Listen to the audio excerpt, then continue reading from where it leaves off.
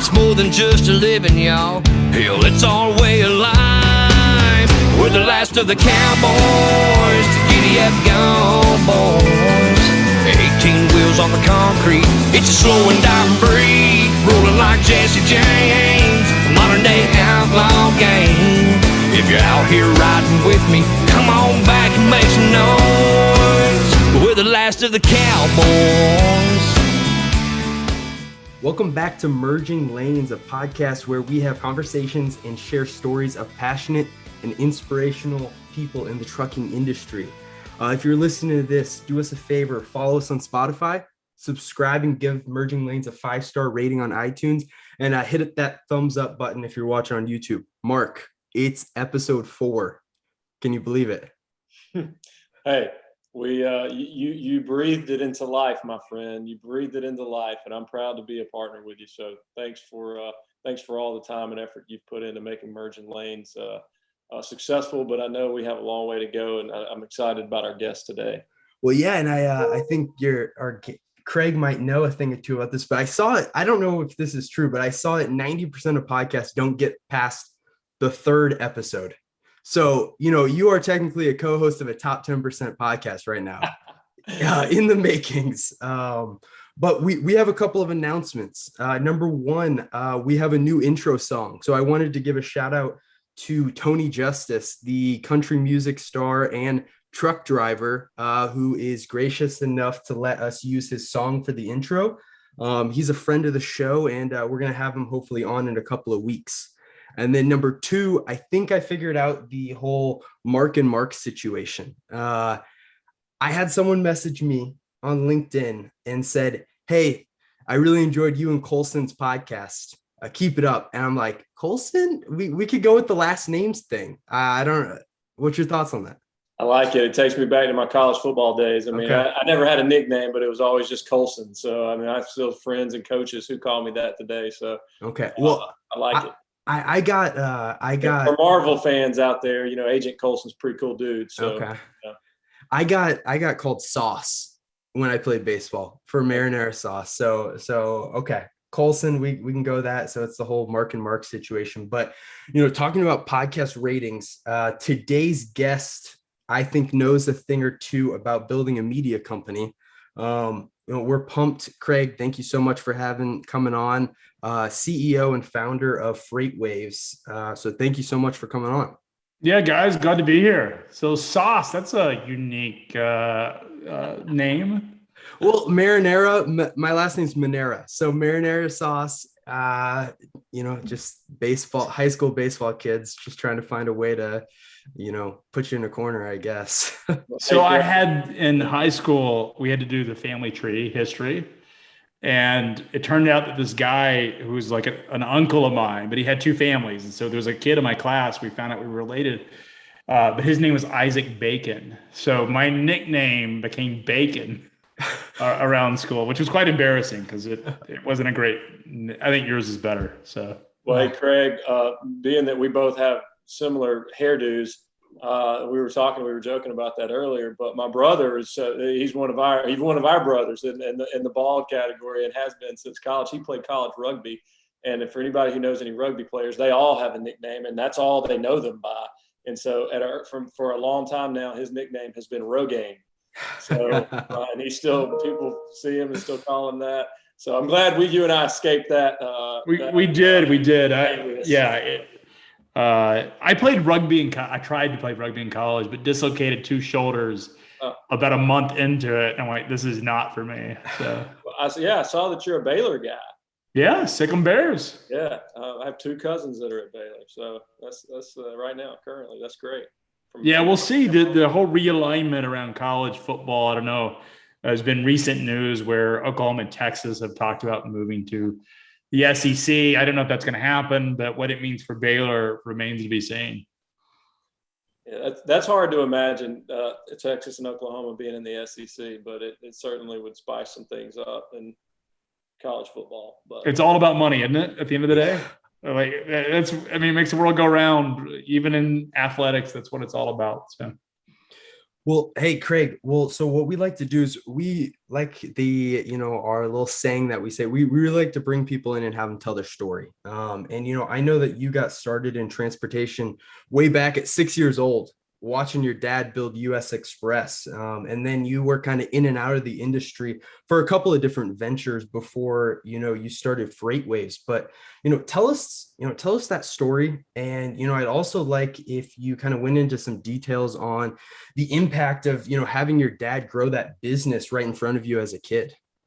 Yeah. So my dad came home. So even before I was 6, my grandfather was one of the patriarchs of long haul trucking, really an outgrowth in the 1960s.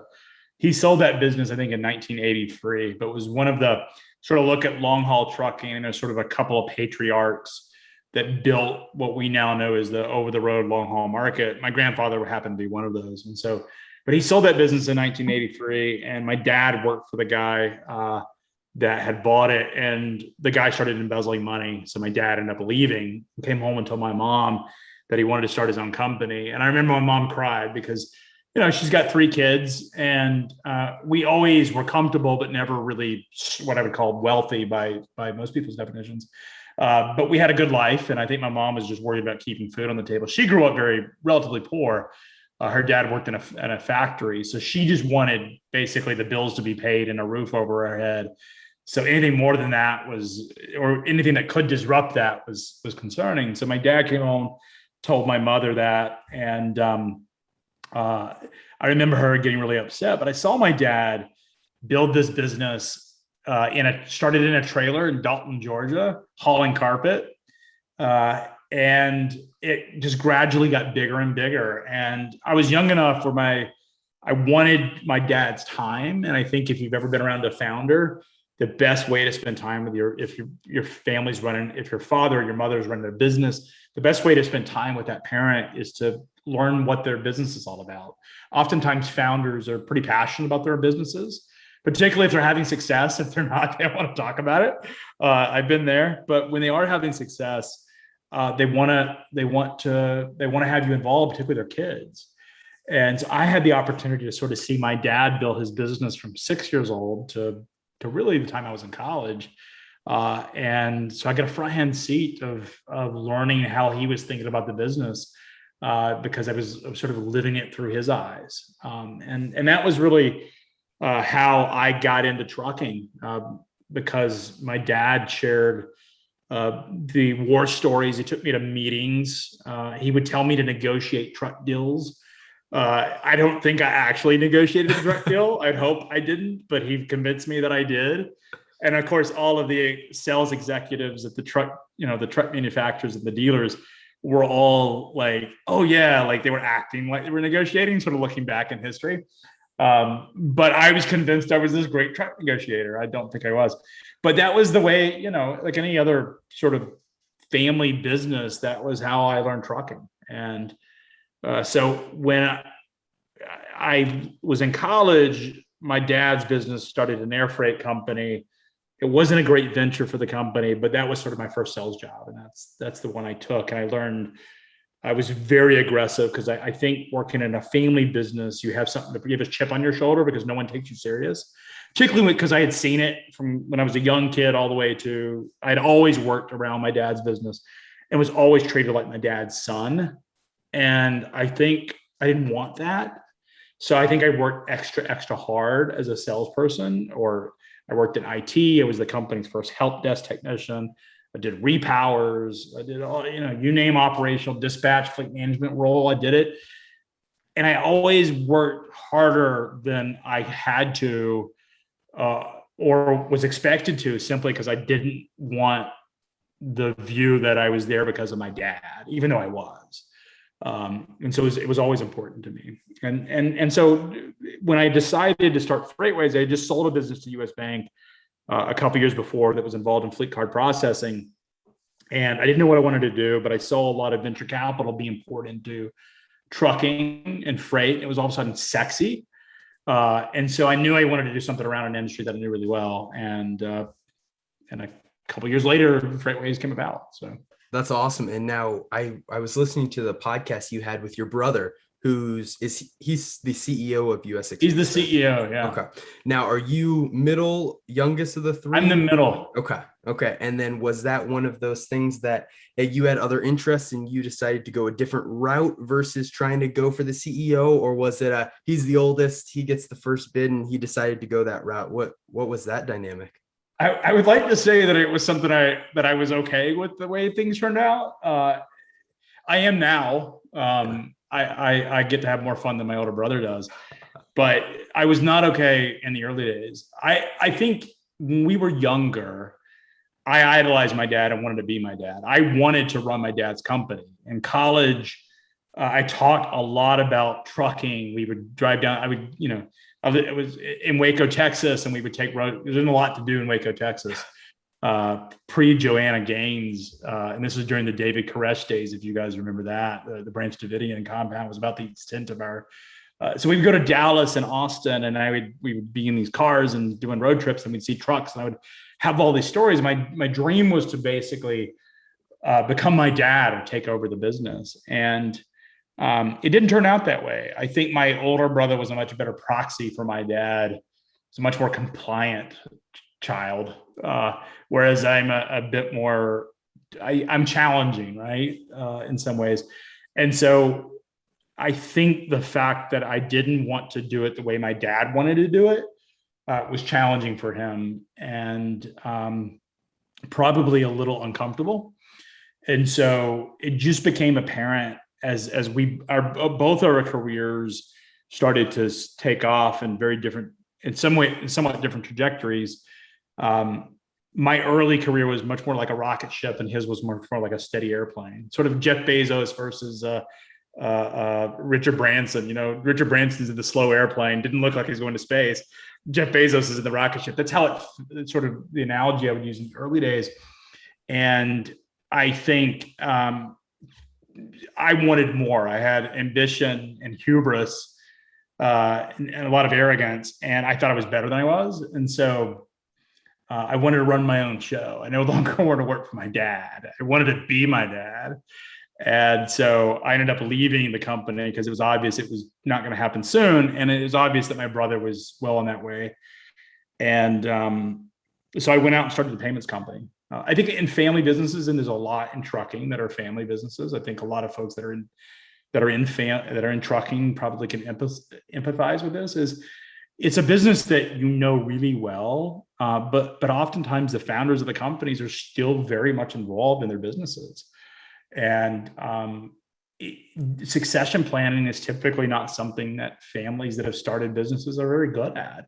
My father still is very active in his business at US Express, even with its, even with the scale that it has. And I think at times it's very difficult for my older brother. FreightWaves is different because my dad didn't invest in my company. I don't think he thought I would be very good at what I do. And so we have an outside board and we have an outside set of investors. And it's very different working for institutional investors that are professional, who basically want to they want to build the best company and want to return, versus family that you've got a founder that's still involved in the company. You've got the father that's still a father to his son. It's very different than having an institutional board. Yeah, no, I totally get that. And, something that I can resonate with that story is that, I think from the, I guess, bird's eye view is the mindset and mentality that you had because you watched your parents, your dad be an entrepreneur, and you saw that and you're like, okay, hey, I know this is the route I want to go. And I have a similar background watching both my parents do, run a business as I was a child too. And I'm super thankful for that mentality and kind of, I guess, the spark. But going into FreightWaves, I know that your initial vision for the company was not exactly what it is today, and you kind of pivoted to a media company, or I'm not sure if that's the wording you would use, but tell me kind of initially what the vision was when you started, and then when that pivot occurred. So my dad had fired me. So we had sold the business to US Bank, but we kept part of the business. And after 2 years, of working for my dad, he fired me, and the business was struggling. It had financial issues. And because I didn't have a really close network, I couldn't go out and tell people. I mean, I had a close network in the business, but didn't have one sort of externally. But one of the things about being a founder of a business or being the CEO for many years is oftentimes your network is that company. And so I couldn't go out and tell people why I was no longer there, because the company was running out of money, because it would have just damaged it. But it was also my network. I was sort of cut off from that. So I sort of had to go figure things out on my own. And I was doing some day trading. I'd had enough money to be able to sort of day trade. And I had these sort of dreams of grandeur that I was going to day trade and I was going to become a professional day trader. And I realized I was really bad at it. But one of the ideas that I had was I wanted to start a futures market based on trucking. I wanted to basically trade trucking, and trading. I was just trading the publicly traded trucking companies is very different than wanting to trade the market. And so I had the idea to start a futures market based on trucking. And that's sort of where I started. And what we realized really early on is when you've got the thing that I learned from my old business is technology companies aren't about product alone. Product itself doesn't bring success. You have to have distribution tied to it. You have to have some way that people will buy your product, and you have to figure that out. And so the thing that I wanted to do, the next business, was I wanted to figure out distribution. I want to own distribution. And so as I started this business, I was like, well, how do we get customers to become aware of what we're doing? How do we evangelize it? And I tried to get the media that was in freight to write about it. None of them would pick up the story or cover the story. So I thought, well, I'll go get a PR agency to go take it on. But they turned me down to, even the local newspaper in Chattanooga turned me down. I mean, there just isn't a lot of great stories. So that tells you how low I ranked in the mind of people with this idea. When the business section of Chattanooga, Tennessee doesn't cover your story. But anyways, we started writing content for what was happening on freight. This is at a time when Amazon was starting to dabble in freight. It's a time when Tesla was rolling out their semi. Nikola had just announced their hydrogen electric truck. Uber was getting into freight. Just a lot of stuff happening. What seemed like at the time a ton of stuff. Today, like, we can't even keep up with every story that's happening so quickly. It's just times have changed. But we started writing about it, and we realized that people started reading our content. And then our editor went on vacation. He was the only one writing. And there was a hurricane that hit Houston, the big hurricane in 2017. And I had ran FEMA disaster logistics. So I had been on the site at hurricanes and had dispatched trucks and handed out water and all sorts of fun stuff. And so I knew what to expect in a hurricane, and a lot of people who hadn't done that before. So we wrote these articles about hurricane logistics during the hurricane, and the site just exploded. They were reading my articles that had not been edited. And I always thought I was a bad writer because I'd been told that my whole life, but the audience was reading it. And we realized that, okay, people want firsthand knowledge. They want perspective. They want context. They don't want it. They want someone who's got a perspective on what's happening to give them information. And that was sort of the moment for us that we realized we're onto something. Craig, it really resonates with me. My family, my dad, much smaller scale than your family's company, but my dad still owns and operates a tire company that he took over from his father-in-law, which is interesting back in the day. It's called Blowout Tire Company. And my brother and I both, decided in life that wasn't the career path for us to continue in that family business, which has been difficult, but my dad still gets up every day at 70 years old, and you wouldn't know he's 70. He looks like he's 55. I mean, he's just in great shape and mentally and physically. But that story, I know that's interesting to hear you talk about the family dynamics in the business and how it puts you on a trajectory where you are now. But talking about that perspective and the firsthand, accounts that you're able to bring to people now through FreightWaves. One of the things I wanted to ask you about was and this has been happening for several years, it seems, but I mean, from recent acquisitions or from generations handing off the reins to a new generation, They may be looking at selling their company. You see a lot of that, a lot of new big announcement here in Alabama recently with AAA Cooper, Knight Swift. What's your take on that? I know you've put out a lot of information on that, but what do you see happening in the industry as it relates to acquisitions, second, third, fourth generation family ownership in these companies? Yeah, first of all, I love the blowout tire. That would have been some cool swag. Oh yeah, man. It is ironic though. I imagine that if someone did have a blowout, that they would. But it's great marketing, great swag. Can I tell you a funny story about it, just real quick? Yeah. So when growing up in the tire business, when somebody would come in with a flat tire, you would say to them, "Oh, you got a flat," meaning you need it fixed. And 99.9% of the time, it was a personal attack.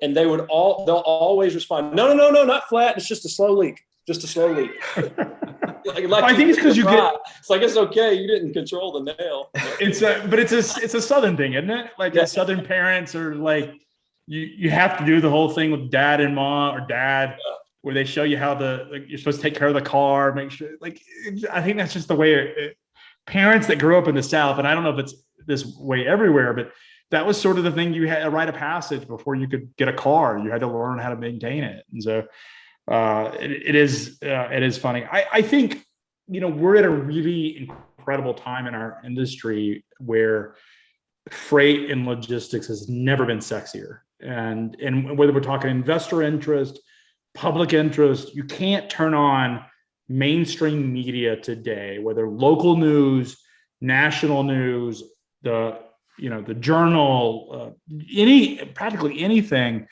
even like consumer magazines that cater to women, like Cosmopolitan and GQ that cater to men, are talking about supply chain. Like that term has gotten super hot, and logistics folks have always been a part of it. And you think about the supply chain costs, 50% is transportation related. So we are a core part of that whole concept, and we're living it. We've been living it for decades. For logistics, since people have been trading, logistics has been a part of it. But there's never been a time like the one we have right now where there's so much interest in the space. And you highlighted the AAA Cooper, the Knight Swift deal, which was, I think, a pretty profound transaction, that a large truckload carrier was buying an LTL business that typically had church and state between LTL and truckload since deregulation. And this is sort of bringing them back together. We also saw a couple of months ago is TFI, or Transforce, as it used to be called, bought UPS Freight, another LTL provider. So you're starting to see interest in these businesses realizing that just doing truckload alone doesn't give them a lot of ability to sort of just scale their businesses. And truckload has a lot of structural issues with commoditized pricing. It's very difficult to retain and recruit drivers, as we all know. LTL doesn't have those same set of challenges. There's a lot more value in what we call moat around an LTL business, which is why it makes those assets very attractive. I think it's difficult being an asset-based carrier because it's a business that when times are good, things can be bad. And what I mean by that is you can have a great year in trucking, but all your costs have gone up 40% in the same token. So think about what's happening right now in 2021 is we've seen record demand. With an asset-based carrier, there's a finite amount of growth you can have. You only have a certain amount of trucks. And you as an executive at a trucking company have to make a choice between, do I want to play in the spot market where rates are 40, 50, 60% higher than they are in contract? Or do I want to stay in contract and maintain my relationships where I'm not going to get the benefit of that higher rate, but I believe that my shipper will be there when times turn tough. And those are choices we have to make as an industry. But regardless of that, I'm also having to increase my cost, higher driver salaries. My insurance costs have gone up. My fuel costs probably pass through for the most part, but still that's a component of my cost structure. Buying trailers and trucks are harder to come by. And so it's just a very difficult set of issues for asset-based carriers. I don't know that we will see a ton of consolidation in the asset side of the world, but I do think we'll see a ton of activity in the 3PL and logistics side of the world and the technology side of the world, where you can get more leverage. And what I mean by leverage isn't debt necessarily, but more, there are benefits of scale that happens in those businesses. It just doesn't happen in truckload. And it's a shame. It really is a shame when you think about how hard asset-based trucking is, how much work it takes to run a trucking company, how much expertise you have to have, and how many headaches you have to deal with. And there's always someone that has a target on the back, and it isn't the sexiest business in the world. Like and so you think about all of those issues that you have to deal with, and you're not getting all of the value that you think should be deserved, while these tech companies or these brokerages are getting massively bid up, and your trucking company, even as big as it is, isn't seeing the same level of acceleration. I think if you're going to own a trucking company that has assets, the reason we see so many family passing it on is trucking can provide a great quality of life for a family, can provide a great quality of life for a community and a set of employees. It is a good business. It isn't, but these businesses are often tied to the operators. And the moment the family leaves that company and passes it on to someone else, you have a lot of drivers that stay there because they believe in the culture and they believe in the family that runs it, that it's very difficult for them to transfer ownership. And so it's sad. Someone who comes from a truckload background, an asset-based background, it saddens me to see these entrepreneurs and families build. And I don't think anyone's going to feel sorry for them, right? Because they're all doing very well, but they're also it's hard for them to sell their businesses because they indefinitely aren't going to get the value they would if they were doing something else. Yeah, no, I think that's a good point. And, kind of going back to FreightWaves, I heard you've talked about this before in the past of, you get a lot of people from the trucking industry where, maybe from the media standpoint, it doesn't things haven't moved as quickly into what we consider mainstream. And, I know you said, hey, FreightWaves is bringing mainstream media to trucking. And everyone's like, you guys are so advanced at FreightWaves. And, I came into the trucking industry about a year ago. And, one thing that I recognized with trucking, and it's similar to kind of we already talked about, is that it's very family owned. And, with that, a lot of it are people stuck in their ways or having the mentality of, we do it this way. Right. And so how have you with FreightWaves, being a technology and media company, kind of combated that mentality? I think it's harder.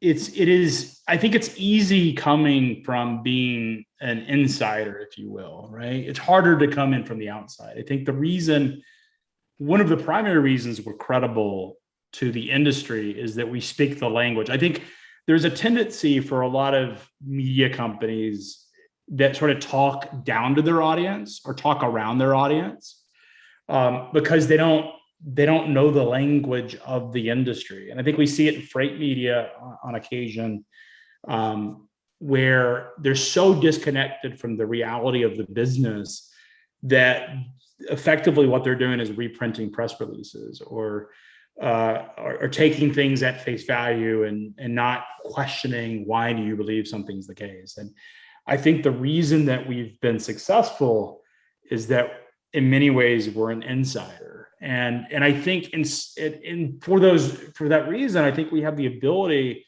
to sort of, because when we first started FreightWaves and we started posting articles about digital brokerage, there was a lot of resentment by the industry of this digitization that's taking place. And think about valuations, these digital brokers with no revenue are getting these ridiculously high valuations.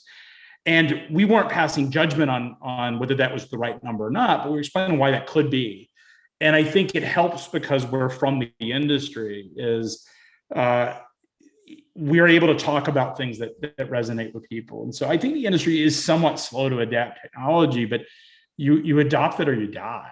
And I think we're seeing significant amount of investment happening. And I think companies are coming to grips with that reality. But let's not forget that the most important thing that matters for for trucking companies is the driver. Like, let's not forget that. The drivers have so much leverage in the relationships with their carriers and have never had that kind of leverage. I think it's pretty awesome. Like, even though it means that trucking companies have to pay higher salaries, they have to have a quality of life the driver wants. All of a sudden, the driver is literally in the driving seat. And it's always sort of been that way, but never at the level that they have control of their own destiny right now. And I think that's pretty awesome.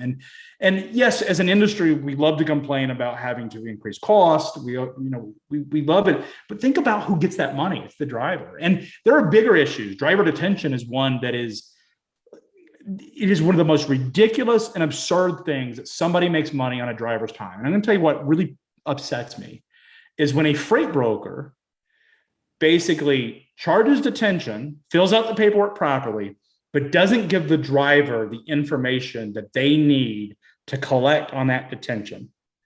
So the broker makes money, the driver doesn't get paid. That's just not right. And I think through technology, we can help solve that and ultimately make the quality of life of drivers better. So I completely agree. And that's kind of the mission I'm on over here too. But, we speak on that, I really think that a lot more attention needs to be put into exactly what you said of, hey, how can we make trucking a better quality of life? Because I think that, in the grand scheme of things, helps more people become interested and potentially come in as a career. And, I'm sitting here at 24 and I don't know too many of my friends or acquaintances who are, jumping out and trying to be a truck driver. And I think that if we can find a way to increase that quality of life and, make it a better, a better career and better, just in general, I think that it would be more enticing for people and help, as the amount of freight being moved increase the number of drivers who are coming in and wanting to be a part of that mission of moving stuff. But, I think the last question that I have for you is, I'm new to the trucking industry and in the grand scheme of things, new to entrepreneurialism. And, I really look up to you and what you've built with FreightWaves. So, if you were to, if you were looking at me 24, about to just starting a startup in the trucking industry and about to graduate grad school, what piece of advice would you give me? So I think this is true of any business, whether we're talking trucking or, selling software or selling tires, is that ultimately it's going to be a network. I think one of the things that I learned the hard way in my last business is I didn't build a good support network.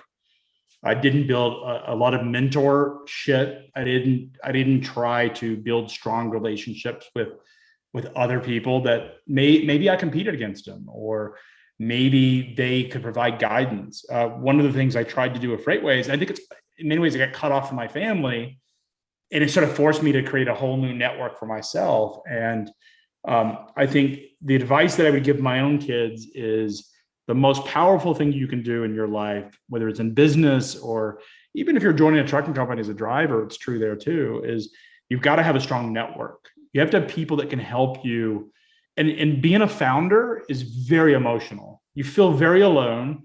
You're constantly dealing with things you've never had to deal with before, stuff that there is no playbook for. And you're the person. You're the one that's got to set the tone. But you're living the ups and the downs. And as founders, we're all a little broken inside. Like the reason we want to go do, like, if you look at the odds of success are very small in starting the business. We've all heard the stats, and you have to be sort of clinically insane to want to do it. So it already is sort of there. Otherwise, we would go make money in a real job and start a business. So I think because of the emotional roller coaster you're on as a founder, it's really important to have a strong network of mentors, a strong network of colleagues, of friends that are not your employees. And there's nothing wrong with having people that work for you that you befriend. You're in this together, but they're not always going to see the world the way you do. And they're going to have conflicting interests to yours. And so I think building a very strong support network is going to enable you to be much more successful than if you tried to do it alone. I appreciate that. Yeah, no, I one of the reasons why I'm doing this podcast, actually. So I appreciate that. And, Craig, I really appreciate you coming on and taking the time to talk to us. Yeah, well, happy to do it, and best of luck, and happy to be a resource as you guys continue to go down. I'm waiting on some swag on this blowout tires, right? Blowout tire. I love it. We'll make it happen. We'll make it happen. Cool. We'll get you some Chilton County produce too. There's peach country here in Alabama, so we'll hook it up. Swag and peaches. You got that nice Alabama accent. There's something about so my wife went to the University of Alabama. She's from New York. She went to Alabama. Okay. But I always love talking to people in Alabama because it's just, it's sort of that coastal, real deep Southern accent. So a little different than our hillbilly accents that we have in Tennessee. That's so. right. That's right. All right, guys. Well, thank you very much. And thanks for having me on. It's more than just a living, y'all. Hell, it's our way of life. We're the last of the cowboys. Giddy up, gone, boys. 18 wheels on the concrete. It's a slow and dying breed. Rolling like Jesse James. A modern day outlaw game. If you're out here riding with me, come on back and make some noise. We're the last of the cowboys.